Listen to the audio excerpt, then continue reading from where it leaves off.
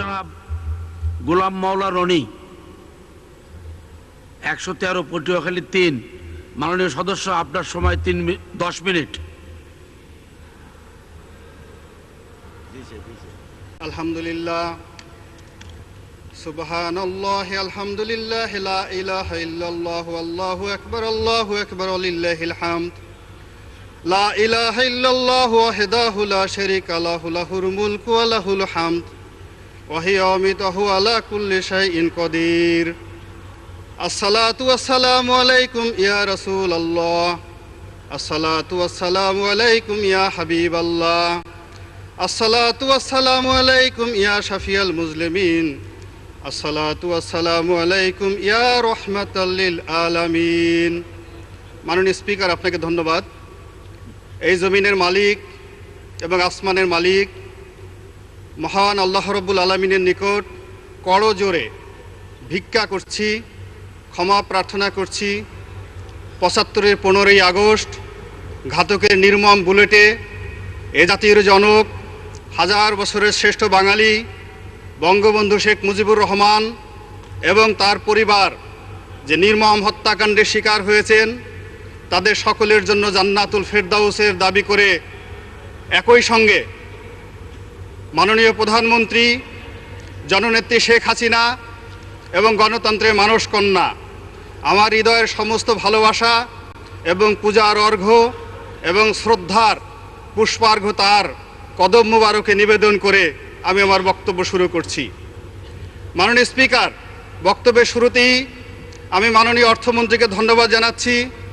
তিনি একটি যুগোপযোগী, আধুনিক এবং এ জাতিকে একটি প্রগতির পথে এগিয়ে নেওয়ার জন্য বাজেট এই মহান সংসদে পেশ করেছেন। এর জন্য অন্তঃস্থল থেকে তাকে ধন্যবাদ জানাচ্ছি। মাননীয় স্পিকার, একটি জাতীয় গুরুত্বপূর্ণ বিষয়ে আপনার মাধ্যমে এই জাতিকে একটি দিক নির্দেশনামূলক বক্তব্য দেওয়ার জন্য আমি কিছু পড়াশোনা করে কিছু তথ্য নিয়ে আজ এই মহান সংসদে কিছু তথ্য এবং উপাত্ত উপস্থাপন করছি। আপনি জানেন, কিছু ধর্ম ব্যবসায়ী ধর্মের নামে এ জাতিকে বিভিন্ন সময়, বিশেষ করে ইদানিংকালে যে আমাদের নারী নীতিমালা হয়েছে এবং দীর্ঘদিন যাবৎ নারী নেতৃত্ব নিয়ে আমাদের এই জাতিকে বিভ্রান্ত করে আসছে। আমার ক্ষুদ্র বুদ্ধি দিয়ে কোরআন, হাদিস, ইজমা, কিয়াস এবং মুসলিম খেলাফত এবং কানুনের যে ইতিহাস এবং ঐতিহ্য দেখেছি, আমি দেখলাম কোথাও এই মুসলিম আইনের সঙ্গে, কোরআনের আইনের সঙ্গে নারী নেতৃত্বের কোনো সংঘাত কিংবা সংঘর্ষ তো নেই। বরং আজ থেকে 5000 বছর আগে যখন এই জাতি, মুসলমান জাতি, তাদের জাতির পিতা হজরত ইব্রাহিম আলাইহিস সালামের আমলে যখন প্রথম এই পৃথিবীতে ধর্মতত্ত্ব শুরু করেছিল, সেই প্রথম নারী নেতৃত্বের মাধ্যমে কিন্তু এই জাতির ইতিহাস শুরু হয়েছিল। অর্থাৎ আমরা প্রথমে নারী নেতৃত্ব দিয়ে আমাদের এই মুসলমান জাতি এই পৃথিবীতে আমাদের যাত্রা শুরু করেছিলাম।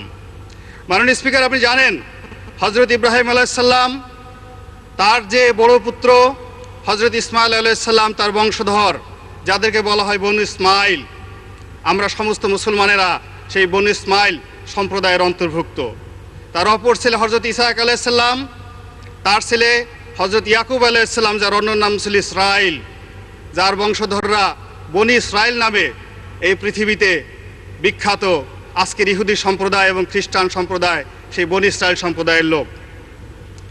বনু ইসমাইল সম্প্রদায়ের যে নেতৃত্ব, সেটা কিভাবে এসেছিল? হজরত ইব্রাহিম আলাইহিস সালাম যখন হজরত হাজেরা আলাইহিস সালামকে, আজকের যে কাবা শরীফ তখন নাম ছিল বাক্কা, সেই বাক্কাতে যখন তাকে নির্বাসনে দিলেন, তখন 2-4 হাজার বর্গ কিলোমিটার এলাকার মধ্যে কোনো জনবসতি ছিল না। তিনি সেখানে রাখলেন এবং আল্লাহর কাছে দোয়া করলেন। পবিত্র কোরআনে আল্লাহ বলতেছেন, রব্বানা ইন্নী আসকান্তু মিন যুররিয়াতি বিওয়াদিন গয়রি জিজার ইনদা বাইতিকাল মুহররম। হে আল্লাহ, আমি আমার বংশের একটি ধারাকে তোমার এই পবিত্র গৃহের নিকট বসতি প্রদান করলাম।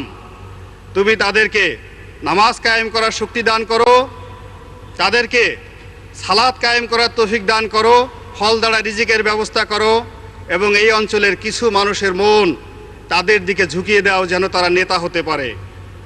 আপনি জানেন মাননীয় স্পিকার, এই ঘটনার কিছুদিন পর সুদূর ইয়ামেন দেশের হাদ্রামৌত থেকে হাজার হাজার লোকের একটি গোত্র, যাদেরকে বলা হয় বনু জুরহাম গোত্র, তারা এই বাক্কাতে আসলো এবং মা হাজেরার নিকট তারা আনুগত্য প্রকাশ করে তাকি দলের সেই সর্দার মনোনীত করে তার অধীন সেই অঞ্চলে বসবাস শুরু করেছিল।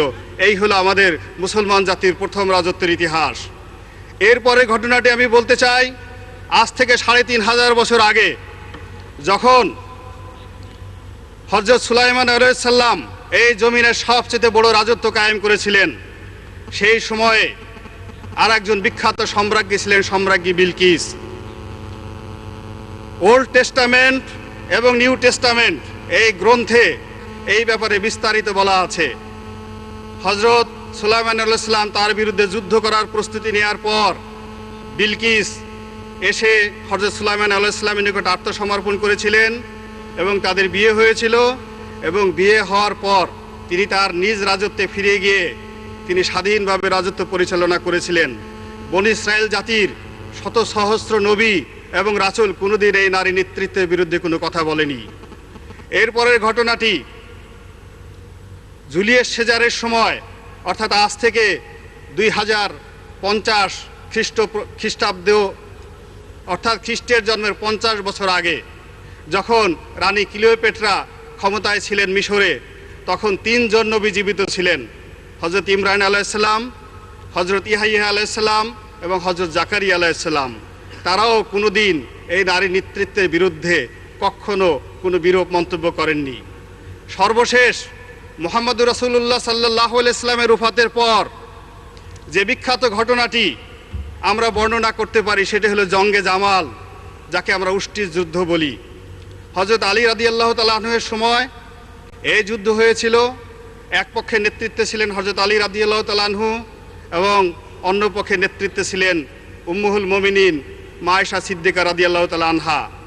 তিনি একটি উটের পিঠে চড়ে এই যুদ্ধ করেছেন এবং তার অধীন হযরত তালহা ইবনে তালহা রাদিয়াল্লাহু তাআলা আনহু, হযরত জুবায়ের ইবনে আওয়াম রাদিয়াল্লাহু তাআলা আনহু এর মতো বিখ্যাত সাহাবীরা যুদ্ধ করেছেন। পরবর্তীকালে হযরত আলী রাদিয়াল্লাহু তাআলা আনহু যে বই রচনা করেছেন নাহাজ আল বালাগা, সেই বইতে তিনি এই জঙ্গে জামালের বিরুদ্ধে অনেক কথা লিখেছেন, কিন্তু উম্মুহুল মুমিনিন মা আয়েশা সিদ্দিকা রাদিয়াল্লাহু তাআলা আনহা তার বিরুদ্ধে কিংবা নারী নেতৃত্ব সম্পর্কে উনি কোনো কথা বলেননি।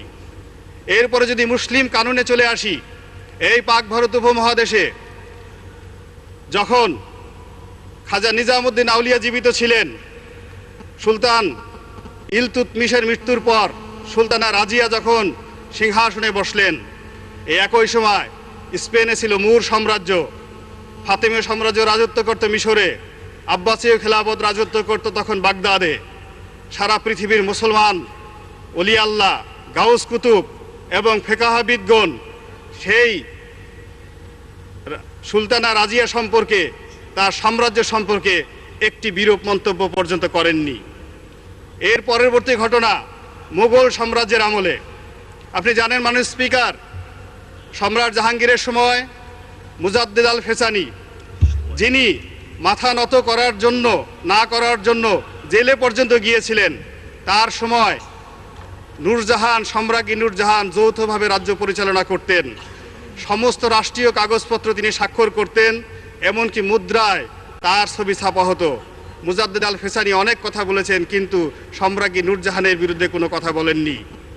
এর পরবর্তী ঘটনাটা, যাকে আমরা মুসলমানরা জিন্দা পীর বলি, পৃথিবীর ইতিহাসে যে বিখ্যাত কয়েকটি গ্রন্থ আছে মুসলমানদের কানুন সম্পর্কে, তার মধ্যে অন্যতম একটি গ্রন্থ ফতোয়া আলমগীরি।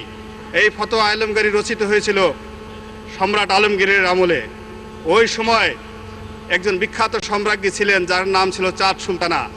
এই চার সুলতানার বিরুদ্ধে তিনি যুদ্ধ করেছিলেন, যুদ্ধে পরাজিত হয়েছিল চার সুলতানা এবং তিনি তাকে সাম্রাজ্য ফিরিয়ে দিয়েছিলেন, তার সঙ্গে সন্ধি করেছিলেন।